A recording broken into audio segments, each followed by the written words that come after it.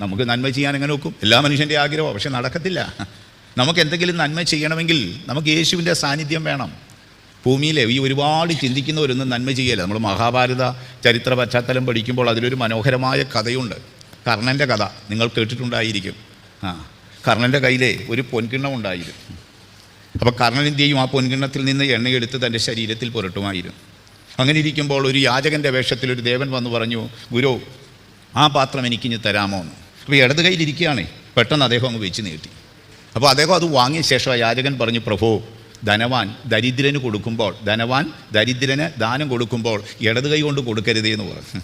അപ്പം കർണൻ പറഞ്ഞു, സോറി, അത് അബദ്ധം പറ്റിപ്പോയി. അതെന്താ അങ്ങനെ പറ്റിയത്?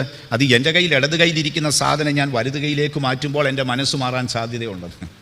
നമ്മൾ ഭൂമി നന്മ ചെയ്യാത്തത് നമ്മൾ ഒത്തിരി ചിന്തിക്കുന്നവരായതുകൊണ്ടാണ്. ചിലർ ചിന്തിച്ച് ഒരു ജന്മം വേസ്റ്റാക്കി കളയും. ഒരു കാര്യം ഭൂമി ചെയ്യത്തില്ല. സ്വന്തം പ്രാണന് പോലും നന്മ ചെയ്യത്തില്ല. കാര്യം നമ്മൾ ഒത്തിരി ചിന്തിക്കും. ഒരുപാട് ചിന്തിക്കാത്തവരെ ഭൂമി നന്മ ചെയ്യത്തുള്ളൂ. അപ്പോൾ ആ നന്മയ്ക്ക് പിന്നിൽ ആരുണ്ട്?